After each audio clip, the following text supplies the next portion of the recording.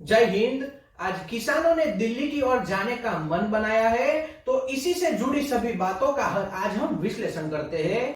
केंद्र सरकार के प्रस्ताव को मानने से इनकार के बाद किसान आज सुबह 11 बजे दिल्ली कूच करेंगे।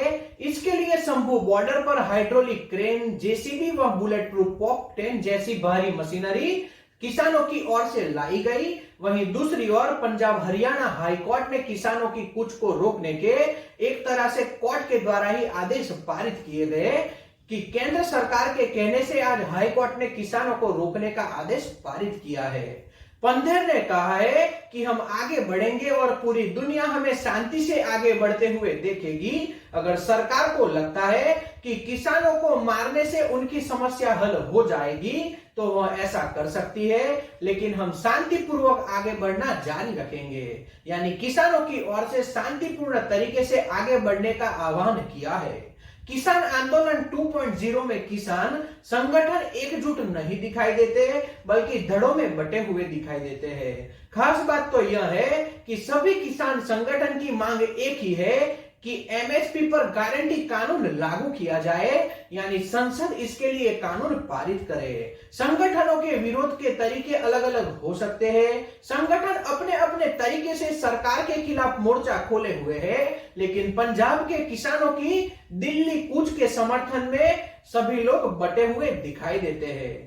टिकट गुट का कहना है कि उनका दिल्ली कूच का कोई भी समर्थन उनके द्वारा नहीं दिया गया, यानी वह दिल्ली के रास्ते जाने के लिए अभी तैयार नहीं है। लेकिन बुधवार को प्रदेश भर में भाजपा कार्यालय के बाहर प्रदर्शन कर सरकार के पुतले जलाए जाएंगे, यह टिकट गुट के द्वारा बताया है। हरियाणा सरकार ने किसान आंदोलन को देखते हुए 7 जिलों में मोबाइल इंटरनेट पर पाबंदी 21 फरवरी रात 12 बजे तक के लिए बढ़ा दी है, यानी वहां पर इंटरनेट सुविधा बंद कर दी गई है। और राज्य सरकार ने 11 फरवरी को अंबाला, कुरुक्षेत्र, कैथल, जिंद, हिसार, फतेहाबाद, सिरसा और डबवाली में मोबाइल इंटरनेट और बल्क एसएमएस भेजने पर प्रतिबंध लगाया है, यानी कि किसी भी तरह से वहां के न्यूज बाहर नहीं जाने चाहिए। इस तरह का पूरा कार्यक्रम सेट किया गया है। किसान नेता सरवण सिंह पंधेर और जगजीत डल्लेवाल एक के द्वारा ऐलान किया है, अब हम किसी के साथ बात नहीं करेंगे। 11 बजे हम दिल्ली की कूच करना शुरू करेंगे। शंभू पर जुटे नौजवानों के पास आंसू गैस के गोले से बचाव के लिए मास्क मौजूद है। मिट्टी से भरे प्लास्टिक के थैले इकट्ठा कर लिए गए हैं। इसका उपयोग वह रास्ता खोलने के लिए करेंगे। किसानों का कहना है वैसे तो वह भारी मशीनरी के जरिए सीमेंट से तैयार की गई जो बैरिकेटिंग है वह तोड़ देंगे, लेकिन अगर फिर भी जरूरत पड़ती है तो नदी में इन मिट्टी के थैले को डाल दिया जाएगा। जो प्लास्टिक के मिट्टी के थैले बनाए गए हैं उसे डाला जाएगा और एक अस्थायी पुल बनाने का भी प्लान उन्होंने तैयार किया है, ताकि किसी भी हालत में दिल्ली कूच के कार्यक्रम में किसी तरह की कोई भी बाधा न डले। यानी प्लान ए और बी दोनों तैयार कर लिए गए हैं।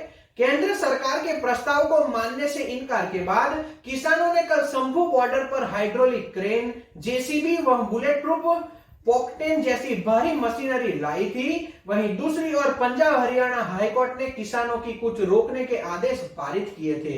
यानी दोनों साइड से अभी इक्वल चल रहा है। अब कौन आगे बढ़ता है और सरकार इन्हें किस तरह से रोकती है वह हमें पता चलेगा।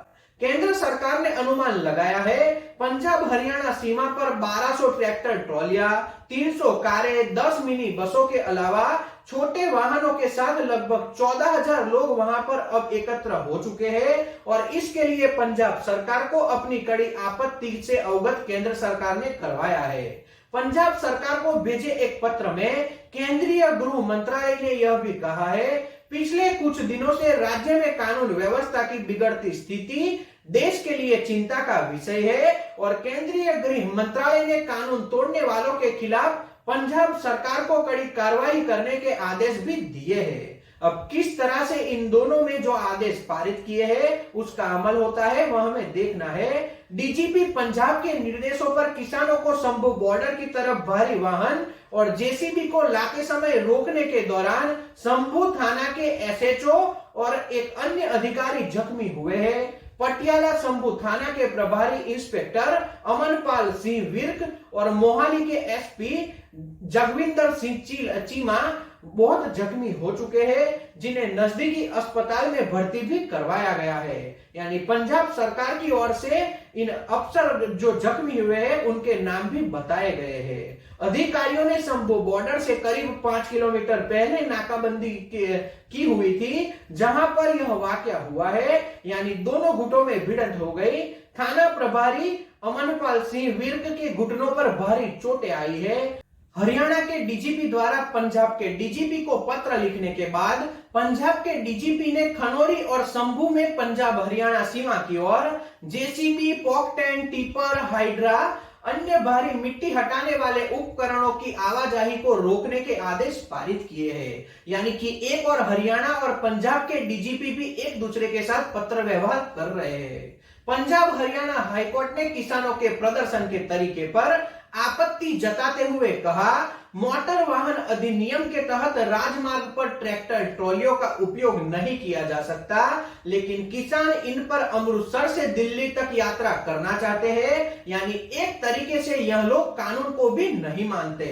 सभी अपने अधिकारों के बारे में जानते हैं, लेकिन संवैधानिक कर्तव्य को पालना भी उनके लिए कुछ होना चाहिए। हाईकोर्ट ने पंजाब सरकार पर सवाल उठाते हुए कहा, प्रदर्शनकारियों को बड़ी संख्या में क्यों इकट्ठा होने दिया जा रहा है और यह पंजाब सरकार को सुनिश्चित करना चाहिए। और हाईकोर्ट ने इसके लिए एक जवाब भी मांगा है। बड़ी संख्या में लोग एकत्र हो रहे हैं। केंद्रीय कृषि मंत्री अर्जुन मुंडा ने किसानों और किसान संगठनों से शांति बनाए रखने की अपील की है और कहा है, हम सभी शांति चाहते हैं और हमें मिलकर समाधान निकालना चाहिए। यानी पिछले 26 महीनों से किसान अपने घर चले गए थे, लेकिन अब तक समाधान नहीं निकला, यह केंद्र सरकार मान रही है। उन्होंने यह भी कहा, हमने कोई प्रस्ताव पर चर्चा भी की, लेकिन हमें पता है किसान प्रस्ताव से अभी संतुष्ट नहीं हुए। यह चर्चा जारी रहनी चाहिए। हमें शांतिपूर्वक समाधान निकालने की कोशिश करनी चाहिए। एमएसपी पर सरकार के प्रस्ताव को खारिज किए जाने का हवाला देते हुए केंद्रीय कृषि मंत्री अर्जुन मुंडा ने कहा, हम अच्छा करना चाहते हैं, इसके लिए कहीं राय दी जा सकती है। हम हमेशा अच्छी राय के स्वागत करते रहते हैं। यानी केंद्र सरकार एक तरह से किसानों की जो बातें चल रही है उसे करने के लिए तैयार है, लेकिन वह राय कैसी उपयोगी होगी इसका हल खोजने के लिए बातचीत एकमात्र रास्ता है। यानी किसान और केंद्र सरकार को एक साथ बैठकर अब भी बात करनी चाहिए, ऐसा उनका मानना है। तो कुल मिलाकर केंद्रीय कृषि मंत्री की ओर से बातचीत के रास्ते अभी खुले दिखाई देते हैं। केंद्र सरकार और हरियाणा की सरकार जिस तरह से बिना किसी कारण किसानों के ऊपर आंसू गैस के गोले दाग रही थी, गोलियां चलवा रही थी, इस वक्त अगर शांतिपूर्ण तरीके से केंद्र सरकार की ओर से पहले ही बातचीत कर ली गई होती तो आज किसान रास्ते पर नहीं उतरते। किसान आंदोलन आज 2 वर्ष पहले जो हुआ था उसे लेकर अब तक केंद्र सरकार की ओर से कोई भी बातें नहीं रखी गई। उनकी मांगे थी उसको भी पूरा नहीं किया गया, इसके लिए कानून भी नहीं बनाया गया। तो आज इतने भारी संख्या में किसान पंजाब और हरियाणा की बॉर्डर के पास इकट्ठा हुए दिखाई देते हैं। तो कहीं ना कहीं हम चुनी हुई सरकार की नाकामी भी इसमें मान सकते हैं। अगर किसान जोर जबरदस्ती से दिल्ली पहुंचना चाहते हैं तो देश में शांति बनाए रखने के लिए उन्हें रोकना भी जरूरी है, लेकिन समय रहते इस बात को सुलझा लेना चाहिए ताकि बात करने से ही किसानों की मांगों का रास्ता निकाला जा सके। क्योंकि पिछले 26 महीनों से किसान वापस अपने घर चले गए थे, सरकार की ओर से कोई भी बातें नहीं की गई, उसके बाद जाकर वापस किसान आंदोलन के रास्ते पर आकर खड़े हुए हैं। तो कहीं ना कहीं चुनी हुई सरकार की नाकामी भी इसमें दिखाई देती है। देश को बचाना केंद्र सरकार की जवाबदेही है और किसानों की मांगे पूरी करना भी हमारी केंद्र सरकार की जवाबदेही है। तो तो बीच का रास्ता निकाला जाए और हमारे किसानों की मांगों को भी पूरा किया जाए और देश को भी बचाया जाए।